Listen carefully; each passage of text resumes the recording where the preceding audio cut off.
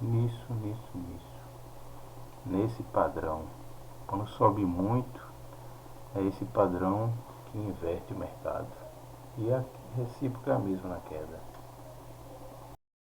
Tentou acabar com a deflação e agora está com a inflação por volta de 3%, que para eles é extremamente assustador, e vendo a taxa de juros dos seus títulos atingirem máxima de mais de 2 décadas. Os salários não sobem e isso coloca mais pressão ainda na sociedade, uma vez que os preços estão em alta. O preço do arroz também explodiu por lá. O que fazer? Mais pressão foi gerada para baixar impostos e o primeiro-ministro, então, renunciou. Se ele baixa impostos, o buraco do déficit aumenta. E investidores exigiriam juros mais altos, uma vez que o déficit crescendo, para emprestar dinheiro ao Japão. Se ele não baixa os impostos, continuaria piorando o custo da vida dos japoneses. Com preços subindo, o seu poder de compra cai, gerando, obviamente, um mal-estar na sociedade. Os impostos por lá são altíssimos. Impostos de empresa na casa dos 30%. Impostos na pessoa física que superam os 55%.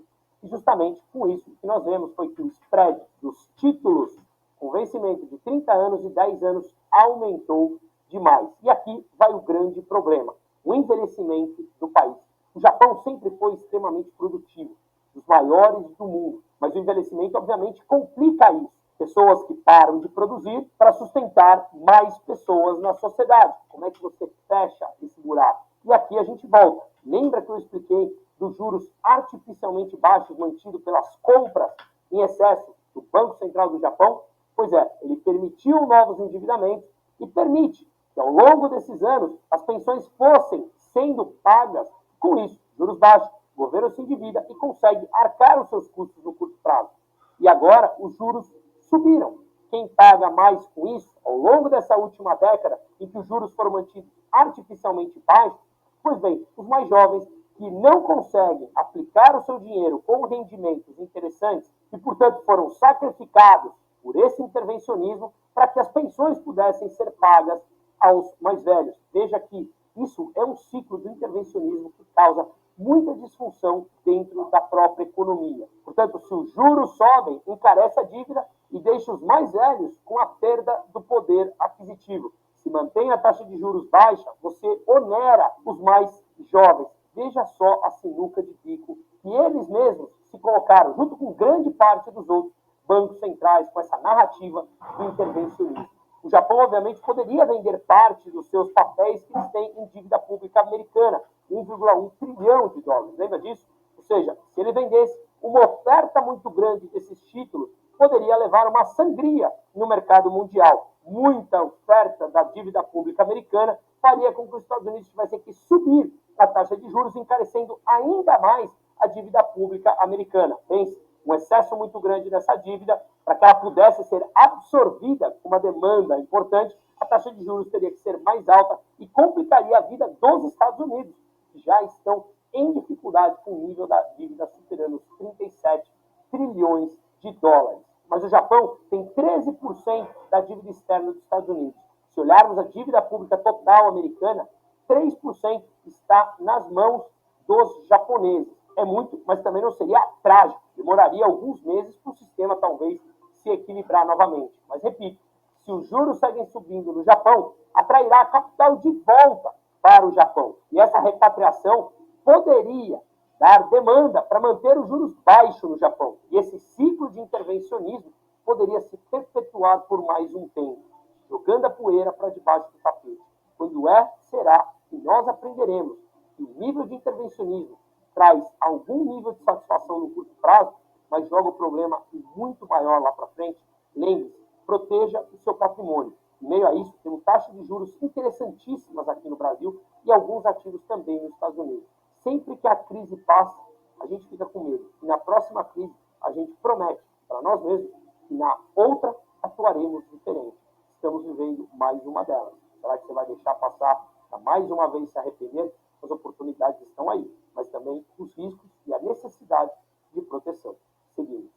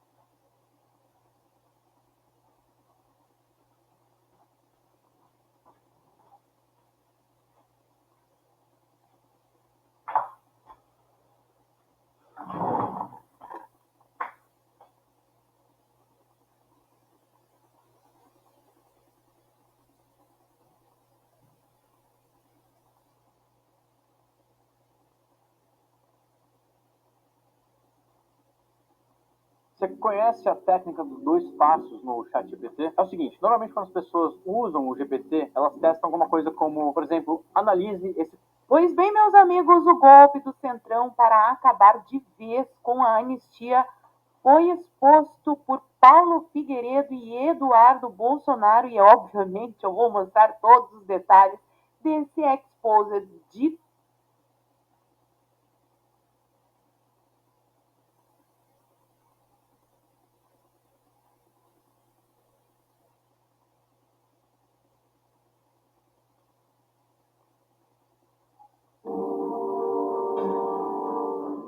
Caros amigos, bem-vindos a mais um episódio de Hoje no Mundo Militar.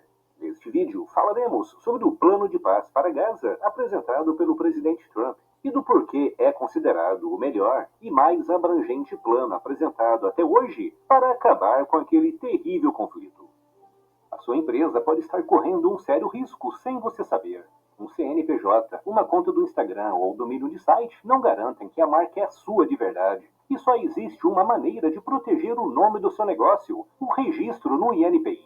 A boa notícia é que a Muvon resolve esse problema para você. Com mais de 7 mil clientes, a Muvon é referência no seu segmento e foi quem registrou o canal Hoje no Mundo Militar. Não arrisque, registre a sua marca. Os links e os meios de contato estão aqui na descrição. Nesta segunda-feira, 29 de setembro, durante uma visita do primeiro-ministro Benjamin Netanyahu à Casa Branca, a 4ª visita apenas este ano, o presidente Trump apresentou o seu plano para encerrar 2 anos de violência devastadora em Gaza. Mas, na prática, o tom foi bem mais duro, com Trump deixando claro que se o Hamas não aceitar o acordo, os Estados Unidos darão carta branca para Israel terminar o trabalho. Em suas palavras, Israel terá total apoio americano para eliminar a ameaça representada pelo grupo palestino, mesmo que isso envolva o prolongamento da guerra. O plano ainda prevê que Trump assuma a presidência de um conselho especial responsável pela reconstrução de Gaza, caso o acordo avance. A aparição conjunta de Trump e Netanyahu simbolizou uma unidade estratégica entre os Estados Unidos e Israel, mesmo em um momento em que o presidente americano vinha demonstrando uma certa frustração com o premier israelense. Um gesto que ocorre em meio à crescente indignação internacional contra a campanha militar de Israel, como ficou bem marcado durante o discurso de Netanyahu na ONU, quando dezenas de delegações abandonaram o plenário em sinal de protesto. No entanto, apesar da confiança demonstrada por Trump, não há garantias de que o Hamas aceite as condições impostas, já que muitos dos pontos apresentados são frontalmente contrários ao que o grupo terrorista já declarou publicamente. O plano prevê um cessar-fogo imediato, um prazo de 72 horas para que o Hamas devolva todos os reféns israelenses, vivos ou mortos. E, em troca, Israel libertará 250 prisioneiros condenados à prisão perpétua, além de 1.700 detidos após o ataque terrorista palestino de outubro de 2023. Um ponto polêmico é a anistia para terroristas do Hamas que entregarem as suas armas. Essa anistia seria estendida a todos os terroristas daquele grupo, incluindo aqueles que se sabe que participaram ou planejaram o massacre de outubro de 2023. No entanto, o acordo não abre um caminho claro para a criação de um Estado palestino, que é aquilo que muitos países vêm defendendo, mencionando apenas a ideia como aspiração do povo palestino, deixando o futuro em aberto. Entre as exigências do plano está a exclusão total e completa do Hamas da futura administração de Gaza, com o presidente Trump deixando bem claro e explícito que o Hamas, na sua forma atual ou sob qualquer outra forma futura, não poderá participar na administração de Gaza. Israel, por sua vez, se comprometeria a retirar as suas tropas gradualmente, mas manteria uma pequena zona de segurança ao longo da fronteira, composta por algumas centenas de metros à margem da fronteira israelense, na qual qualquer presença humana não autorizada será imediatamente vista como uma ameaça. Tudo isso para impedir a repetição de ataques como o de outubro de 2023.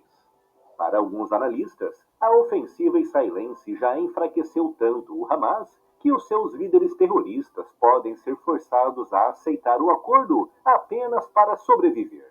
O premier israelense afirmou que o plano atinge os objetivos da guerra e deixou claro que se o Hamas rejeitar a proposta ou fingir aceitá-la para depois descumprir, Israel retomará a ofensiva até eliminar a ameaça, com Netanyahu dizendo que isso pode ser feito do jeito fácil ou do jeito difícil. E é importante lembrar que Trump também deixou claro que se o Hamas não aceitar ou se descumprir o acordo, os Estados Unidos darão total apoio para que Israel termine o serviço, deixando implícito que Washington poderá apoiar os israelenses com ainda mais armas e munições. No início do ano, Trump havia defendido a retirada em massa de palestinos de Gaza, dentro de um plano de reconstrução, chegando mesmo a apresentar um plano mostrando o que chamou de Trump Gaza, com resorts de luxo e casinos. Mas agora a proposta é diferente, e segundo Trump, ninguém será obrigado a deixar o território. Ao contrário, os palestinos seriam incentivados a permanecer e a construir uma nova Gaza, com liberdade para sair e retornar caso desejassem.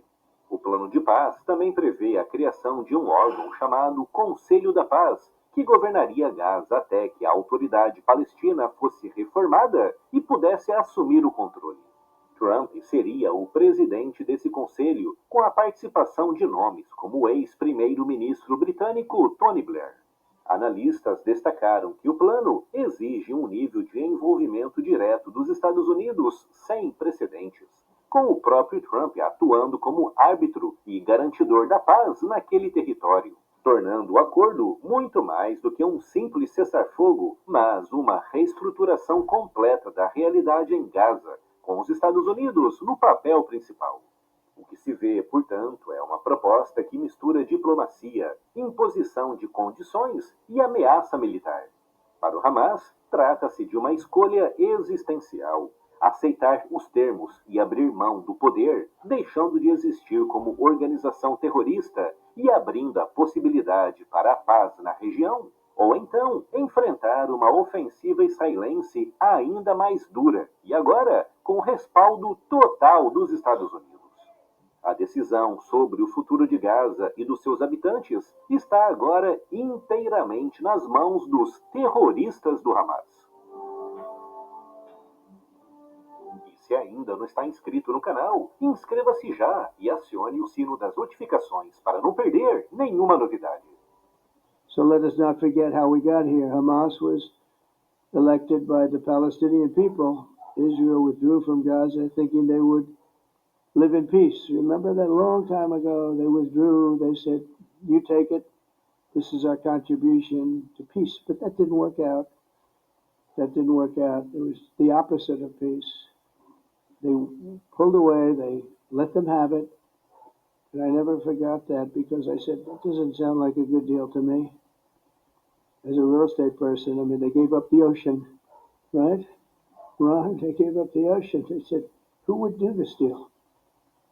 And it still didn't work out. They were very generous, actually.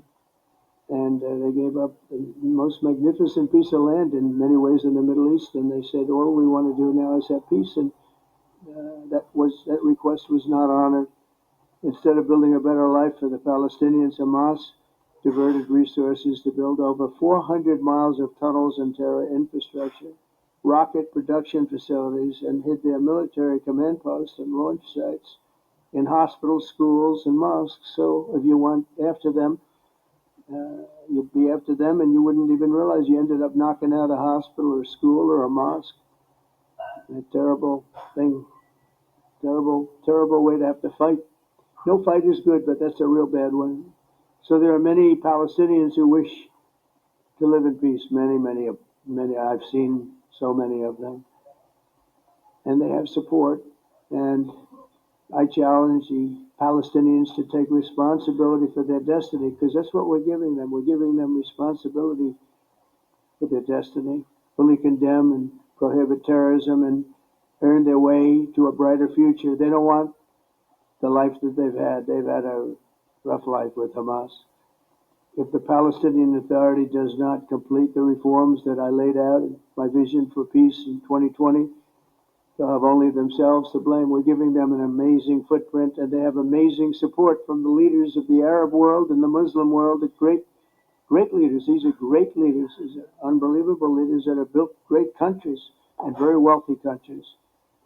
What the future holds for the Palestinians, no one really knows, but the plan that we put forward today is focused on ending the war immediately, getting all of our hostages back, getting everything back. Hard to believe when you even say it, and creating conditions for durable Israeli security and Palestinian success.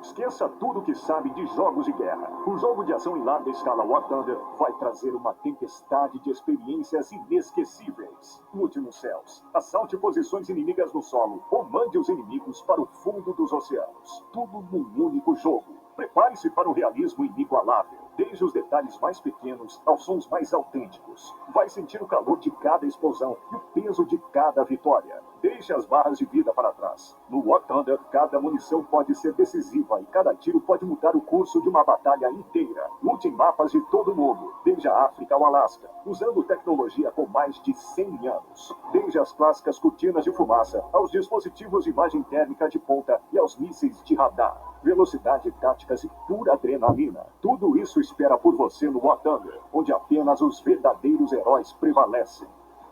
Descarregue o War Thunder grátis para PC, Xbox e PlayStation.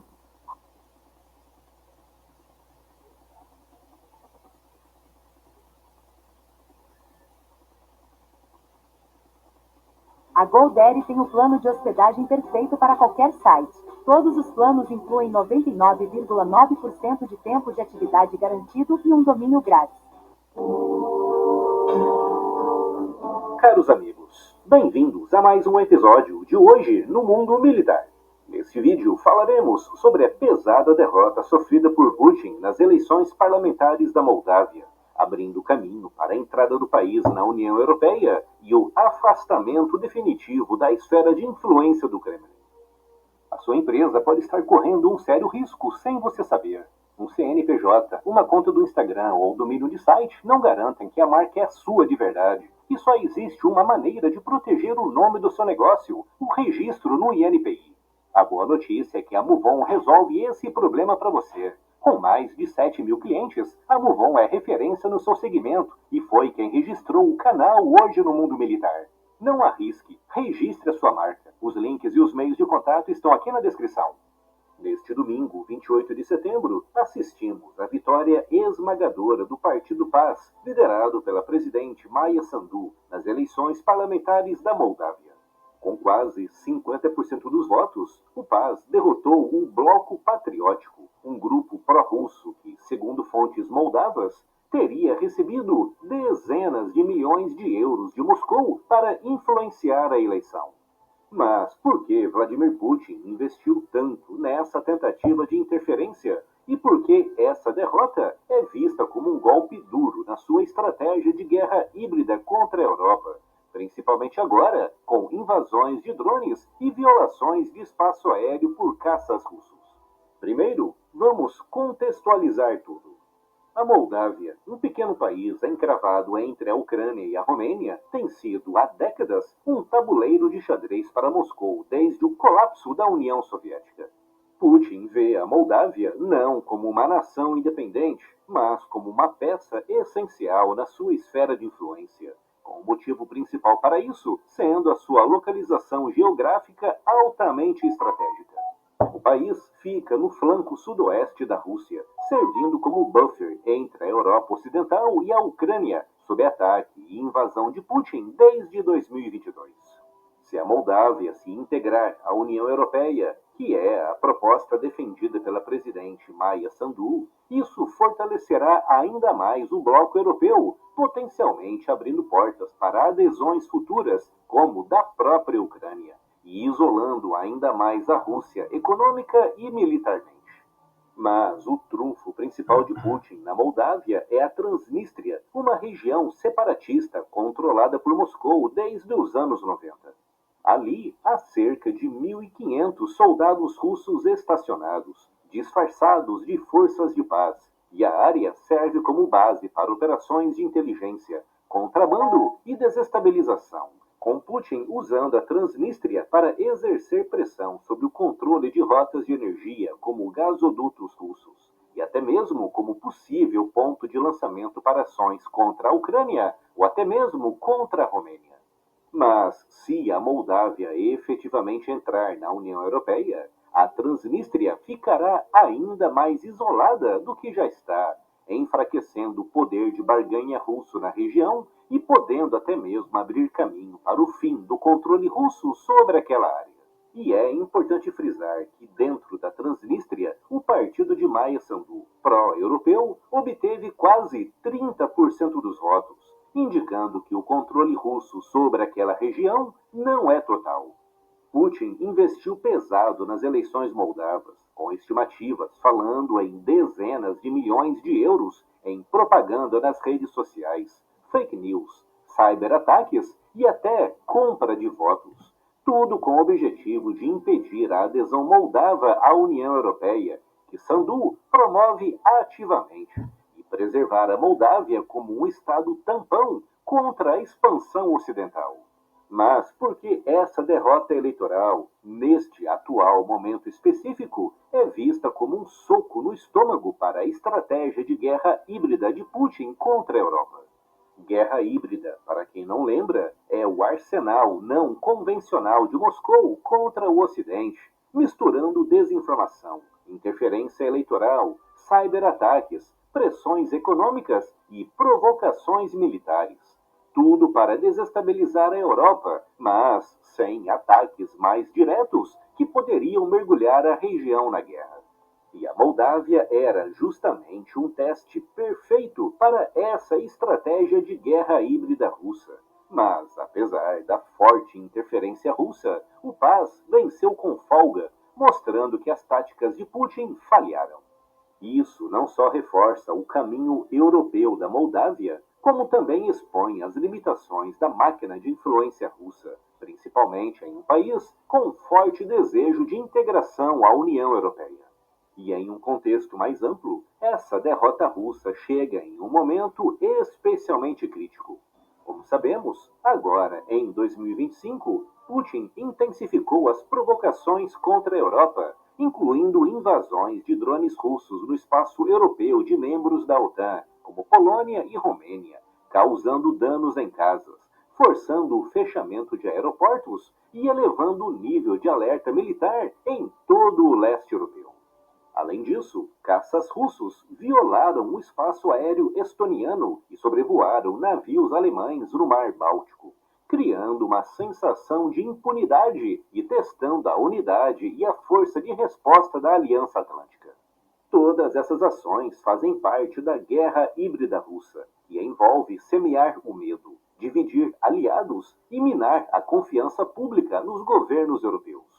A vitória de Sandu na Moldávia, no entanto, é um contraponto, demonstrando a resistência europeia diante das investidas russas. E para Putin, isso significa que a sua narrativa de inevitável influência russa está se desfazendo, forçando-o a escalar riscos em outras frentes, como no Báltico e no leste europeu.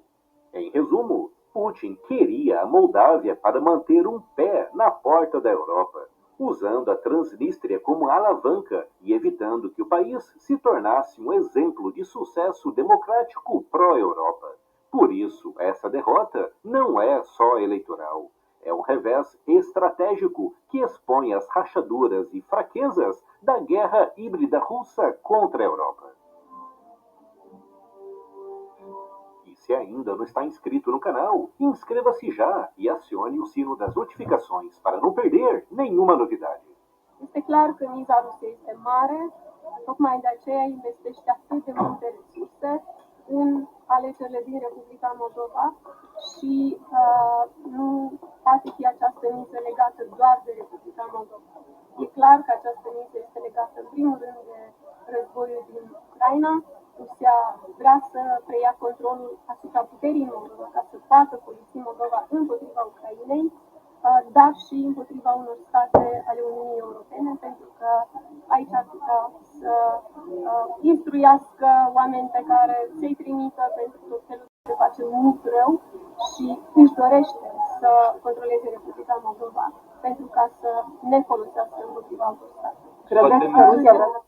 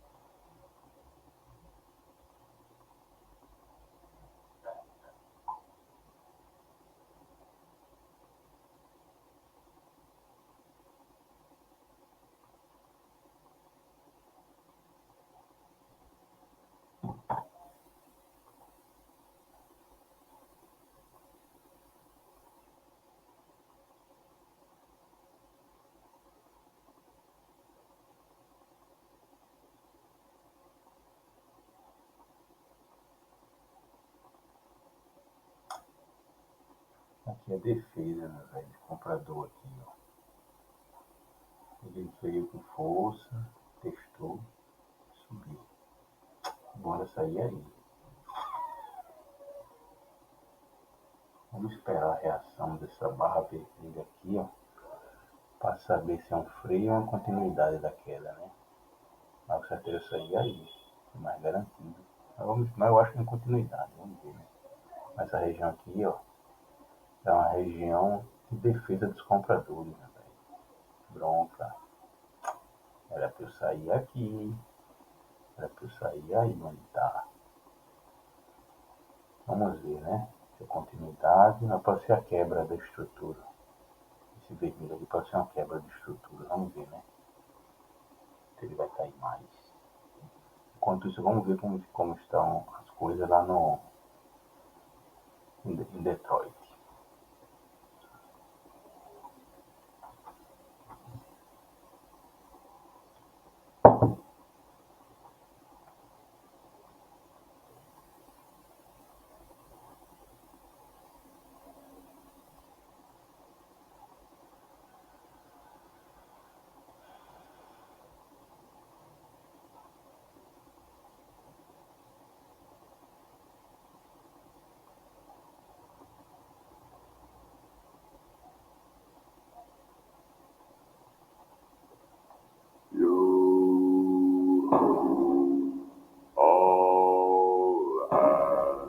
Esse é o Mundo Revolução e nós vamos falar agora sobre a situação na Europa, hoje, dia 29 de setembro de Pelo 2025, jeito é 4 horas continuidade da mesmo, tarde, viu? aqui no Rio de Janeiro, 9 da noite, lá em Bruxelas, no Vamos ver se momento dá que eu gravo esse continuidade. Se ele vídeo, romper para e baixo as essa barra tensões estão se vermelha, acumulando no vai bater lá continente embaixo. europeu. Tá?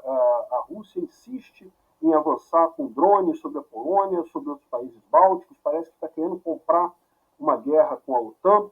A OTAN não quer comprar guerra com a Rússia, evidentemente, mas está na beira de fazer isso porque pode se tornar inevitável esse tipo de coisa. E o problema que todo mundo está temendo é que uma ação mais danosa da Rússia acabe desencadeando o artigo 5º da OTAN, e aí nós temos uma situação igual da Primeira Guerra Mundial. Né? Lembra que a Primeira Guerra Mundial, o que estou chamando isso é do evento Franz Ferdinand. Franz Ferdinand foi o arquiduque da Hungria, austro-húngaro, né, do Império Austro-Húngaro, e com a morte dele, ele seria o herdeiro, né, ele seria o próximo imperador do Império Austro-Húngaro, e ele foi morto em Sarajevo, né, numa emboscada quando ele estava passando de carro, e isso desencadeou um monte de aliados, todo mundo defendendo seus aliados, e acabou que todo mundo entrou em guerra, o mundo inteiro entrou na Primeira Guerra Mundial, uma situação bastante trágica, e o pessoal teme que isso aconteça de novo neste momento, com as tentativas desesperadas da Rússia de incomodar a OTAN. Vamos entender o que seria esse evento Franz Ferdinand e o que pode levar a isso. Espero que não aconteça, evidentemente, seria uma coisa trágica, mas o desespero da Rússia pode muito bem acabar causando uma coisa desse tipo. Vamos falar sobre esses e outros assuntos em detalhes. Essas notícias foram sugeridas por ninguém, quem sugeriu mentiu, Corpo Crespo, Corpo Fresco e várias outras pessoas. Obrigado aí ao pessoal que sugeriu notícias lá no nosso site, no www.revolver.com. O Denise vai bater, no mínimo, bate na mínima do dia. Se gosta do nosso conteúdo, por favor, pouco volume, deixe o seu like, se indo inscreva lá. aqui no canal. Né? Pois bem, você vê que o mapa da Europa está bastante tranquilo por enquanto, tirando a Ucrânia, evidentemente, que está em guerra com a Rússia já há 3 anos. Aliás, essa guerra da Rússia já há 3 anos, muitos russos já estão falando que mais 115 dias e já vamos superar a grande guerra patriótica, que é como eles chamam a Segunda Guerra Mundial. Né? Ou seja, essa guerra da Ucrânia já não é mais uma guerra rapidinha, não é mais uma guerra pequena e localizada, não, já é uma guerra monumental, já é uma das maiores guerras da humanidade. Né? E algumas pessoas lembraram que não, peraí, mas a Segunda Guerra Mundial levou 6 anos, que começou em 1939 e foi até 1945. Né? Então a Ucrânia está fazendo 4 anos de guerra agora, a guerra da Ucrânia faz 4 anos em fevereiro do ano que vem, se ela não acabar antes, evidentemente. Então é errada essa conta, né? Mas tem que lembrar que a Rússia conta a Segunda Guerra Mundial apenas a partir da invasão alemã da Rússia, né? da Operação Barbarossa que o Hitler fez para conquistar os poços de petróleo que tinham aqui no Cáucaso. Né? Então, para eles, a Grande Guerra Patriótica durou só 4 anos. Então, ou seja, por isso que eles estão dizendo que a Guerra da Ucrânia já vai chegar a 4 anos também, igual a Grande Guerra Patriótica no final das contas. Né? Lembra que a Grande Guerra Mundial, a Segunda Grande Guerra Mundial, começou com o Hitler fazendo um pacto com o Stalin, né, o pacto de Molotov e Ribbentrop, para dividir a Polônia. Então, a União Soviética, na época não era a Rússia, a União Soviética, né? A União Soviética invadiu metade da Polônia, a Alemanha invadiu a outra metade e estavam todos satisfeitos com isso. Até o momento em que a Alemanha decidiu invadir a Rússia, né? Eles decidiram invadir a União Soviética. E, de fato, invadiu a União Soviética, mas isso foi só em 1941. Então, a Rússia para meio que esquecer esse papo que eles começaram como aliados do Hitler, né, que eles eram amiguinhos do Hitler no início, eles dizem que não, que a Segunda Guerra Mundial começou em 1941, porque foi quando o Hitler invadiu aqui a União Soviética, de fato tomou toda a Ucrânia, tomou a Crimeia, entrou aqui, foi até essa cidadezinha aqui, de Volgogrado, que na época se chamava Stalingrado, e aqui que foi quase tomaram a cidade, quase atravessaram o rio Volga, e aí continuariam aqui, né, tomando toda a região, mas os soviéticos conseguiram parar eles aqui, e aí aqui foi também a Operação Uranus, que foi o contra-ataque soviético que acabou, feito com a ajuda americana, que acabou revertendo a coisa toda e dando ruim para o Hitler aqui, acabou perdendo a guerra toda nessa região. Então, lembra, para os russos, a Segunda Guerra Mundial durou só 4 anos. Passado aí o negócio Então, desenrola lá para baixo, viu? Essa POC aí do dia 24. Mas qual que é o temor do pessoal? O temor do pessoal é que nesse momento está um monte de tensão, né? Aqui, está o Kellogg lá na Polônia, falando sobre deslocamento de tropas, sobre a ajuda americana para os países ali do leste europeu. Está aqui um monte de aviões-tanques saindo dos Estados Unidos em direção à Europa, não se sabe muito bem, isso aqui é hoje, tá? O exército dinamarquês chamou um monte de soldados para serviço urgentemente, segundo o relatório lá da TV dinamarquesa, dizendo que há uma mobilização confidencial, uma ordem de mobilização confidencial, ou seja, não é para mobilização de civis ou de reservistas, mas sim para soldados profissionais. O exército da Dinamarca, como a maior parte dos exércitos do mundo, só tem soldados profissionais, não tem reservistas, não tem serviço militar, como a gente faz aqui no Brasil. Ele só tem soldados profissionais mesmo, mas de qualquer forma está chamando eles todos para essa coisa devido à inclusão de drones no espaço aéreo dinamarquês, né? A Rússia também não está parada, está fazendo uma nova mobilização muito grande lá na Rússia, chamando mais 135 mil soldados para as Forças Armadas da Rússia. Teve também o caso de jatos que foram interceptados no Alasca recentemente, e teve também a ordem do Hegseth lá de reunir 800 generais lá na Virgínia, lá em Quantico, na Virgínia. Não se sabe exatamente o que vai ser discutido nessa reunião, e está todo mundo na dúvida aí. Essa reunião está acontecendo nesses momentos, agora, esses dias agora que está acontecendo essa reunião lá, se não me engano é amanhã, e não se sabe exatamente o motivo dessas coisas todas, né? E a ideia toda, todo mundo vendo, é que está todo mundo com tensão. A tensão está extremamente alta nesse momento. E o que o pessoal está com medo, né? O pessoal está com medo do efeito, do momento Franz Ferdinand, né? Isso é muito similar ao que aconteceu na Europa na Primeira Guerra Mundial. Está todo mundo com briga, todo mundo brigando com todo mundo, mas ninguém entrava em guerra armada, né? Até que, vocês sabem, o arquiduque de São Franz Ferdinando, no dia 28 de junho de 1914, por volta das 10h45 da manhã, ele e a esposa dele foram assassinados em Sarajevo, na capital da província da Bósnia-Herzegovina. Hoje a Bósnia-Herzegovina é um país independente, e o pessoal que matou eles era ligado a uma resistência sérvia, né? Então, se você for aqui no mapa da Europa, está aqui a Bósnia-Herzegovina, e Sarajevo está aqui, a cidade de Sarajevo. Onde é que está a cidade de Sarajevo? Tem algum lugar aqui? Aqui, o Sarajevo, está aqui a cidade de Sarajevo. Essa cidade aqui. E ainda hoje existe uma briga muito grande entre a Bósnia e a Sérvia, tá? Toda essa área aqui, chamada República Sérbica, é uma área da Bósnia que, porém, é ligada à Sérvia, porque tem maioria sérvia.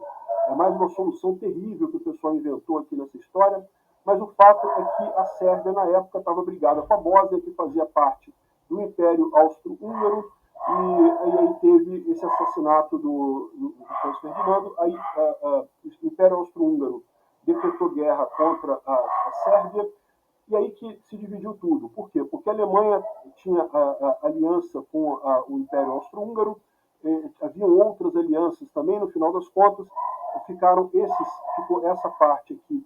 O Império Otomano também estava do lado da Áustria e da Alemanha, então formou-se aqui os poderes centrais, que eram o eixo do mal na Primeira Guerra Mundial, e do outro lado, que eram os aliados, né, as potências aliadas, que eram, na época, o Império Russo, a França, a Inglaterra, é lógico também a Sérvia, e entrou depois os Estados Unidos, o Canadá, o Brasil entrou também, enfim. Essa foi a Primeira Guerra Mundial, né? Lembrando que a Primeira Guerra Mundial de fato foi ganha pelos aliados, mas não sem muita derrota. Por exemplo, a Rússia perdeu território pra caramba. A Rússia perdeu a Primeira Guerra Mundial, perdeu feio, tanto que os soldados russos voltaram para Moscou e derrubaram o czar e fizeram a Revolução Comunista. Então foi uma tragédia enorme isso aqui. Se você comparar isso daqui hoje com o mapa da OTAN, dá para reparar que, de novo, você tem aqui a Rússia do lado da Sérvia, mas a diferença é que dessa vez a Inglaterra e a França e também a Alemanha estão do outro lado, né? Estão do lado certo da coisa, inclusive do lado da Hungria, aqui com a OTAN nessa região. Então, arrisca-se você ter de novo a formação de um eixo do mal, com a Sérvia, a Bósnia, a Sérvia e a Rússia, e contra a OTAN toda aqui. Né? A Ucrânia aqui está marcada como não fazendo parte da OTAN, mas certamente a Ucrânia ajudaria a OTAN nesse caso aqui. Né? E o medo de todo mundo é isso. Como há um monte dessas alianças entre todo mundo aqui, se tiver um evento aqui é local de trade location dos compradores, né? Uma tragédia, voltar uma guerra global nesse momento, que seria alguma coisa muito terrível. Aí é bom a pessoa não pensando arriscar que vai passar daí. Provável. Por que eu acho que é pouco provável? É melhor a pessoa Eu já entendo a sair, preocupação das pessoas, encerrar o sem dúvida trade alguma, é uma preocupação. Pode acontecer, não estou dizendo que não nessa possa área. Pode ser que acontecer, ele bata nessa mas o fato é que eu mínimas, acho que a embaixo, Rússia lá está no fazendo essas centro, provocações e contra a pode ser OTAN que muito bata mais mais. por desespero. Como Na bateu verdade, a hoje, né, Rússia que a não tem mina condições de lutar uma guerra com a Europa, garantia, por mais, né? mas está trazendo Era pra sair agora aí, ó. mobilização e coisa e tal. Acho que vai bater lá, Não consegue deixa eu ver. tomar Vamos Pokrovsk. Vai querer tomar a Europa inteira. Não consegue chegar em Pokrovsk os russos, né? Com milhares de soldados e equipamentos, a maior parte dos tanques russos já foi destruída, todo o equipamento russo já foi destruído, então não tem muito como isso dar certo. Né? O que os russos querem é justamente provocar a Europa para fazer com que a Europa abandone a Ucrânia. Só que isso não vai acontecer, isso não tem possibilidade de acontecer. Então, eu acho que esse medo do momento Franz Ferdinand não vai acontecer. Né? Esse aqui foi um evento realmente muito triste. Esse aqui é o Mané, por causa do Franz Ferdinand. Mas eu não acredito que aconteça essa guerra global. Agora, que as tensões estão elevadas, estão. Agora, que pode acontecer algum evento que desencadeie esse tipo de problema, sim, pode. Mas, de novo, não acredito que a Rússia tenha capacidade de fazer uma invasão na Europa, até porque, mas a Rússia tem armas nucleares. Eu não sei se tem tantas assim, se tem tantas funcionais assim no final das contas, e se o Putin der a ordem, eu não tenho certeza que o pessoal obedece a ordem do Putin de lançar essas bombas atômicas, porque eles sabem que a Rússia vai ser dizimada nesse caso. Tá o único problema real nessa história é a possibilidade de envolvimento da China. Aí sim a coisa pode se tornar mais complicada para o Ocidente. Mas eu não acredito que ela vai querer entrar nessa briga também, e também não acredito que ela tenha essa força toda que ela alega ter, né? Então, sim, está todo mundo preocupado com o tal momento Franz Ferdinando na Europa, e eu, particularmente, fico mais preocupado nessa história toda com o lado que o Brasil vai ficar nisso daí, porque não tenha dúvida, se estourar um evento desse tipo, o Brasil vai estar nele. A dúvida é, vai estar de que lado? E eu não tenho dúvida nenhuma que, se depender do Alexandre de Moraes e do Lula, que são os atuais presidentes do Brasil, o Brasil vai para o lado errado da força. Vai se aliar à Rússia, à China, ao Irã, ao lado errado. E vai perder essa guerra. Isso é uma coisa que pode ter consequências muito ruins para o Brasil no longo prazo. Né? Vamos torcer pelo melhor. Acho que não vai acontecer nada, não. É mais desespero da Rússia que está perdendo na Ucrânia. Obrigado por assistir o vídeo até o final. Se gostou do conteúdo, não esqueça de deixar o seu like. Isso ajuda o canal a crescer e a chegar para mais gente. Se não gostou, deixe o dislike e explique nos comentários como podemos melhorar. Comente também sugestões de temas que podemos trazer por aqui. Comentários insultuosos ou defendendo ditaduras e criminosos de guerra serão sumariamente bloqueados. Agradeço a compreensão. Se ainda não é inscrito no canal, considere se inscrever clicando no botão inscrever-se abaixo e marcando a campainha para todos os avisos. Se quiser ajudar o canal, veja no nosso site como você pode fazer isso.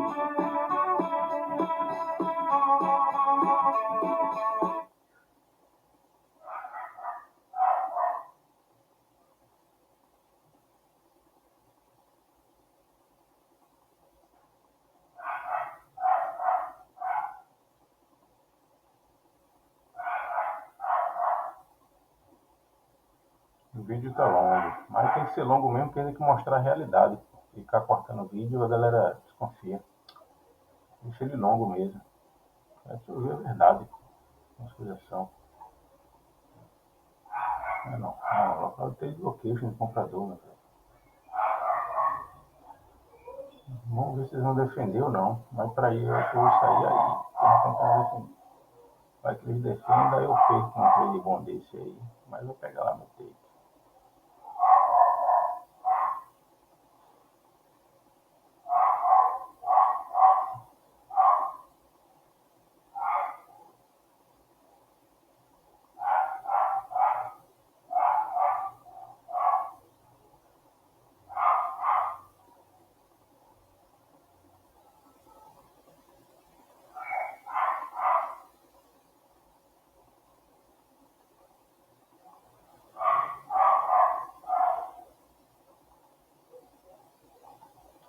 Bom aqui.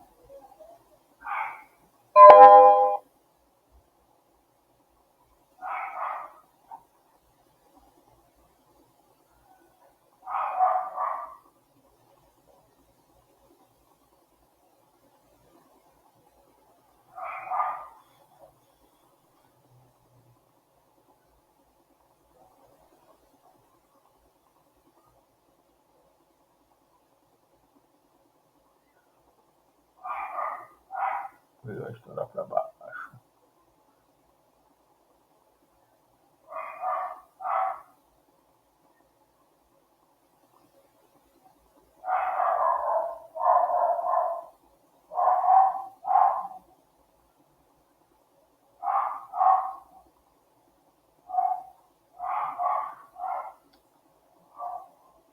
Para não ficar mais longo do que tá, vamos encerrar por aqui, né?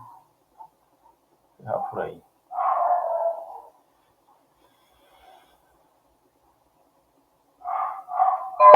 Bom, por hoje é só.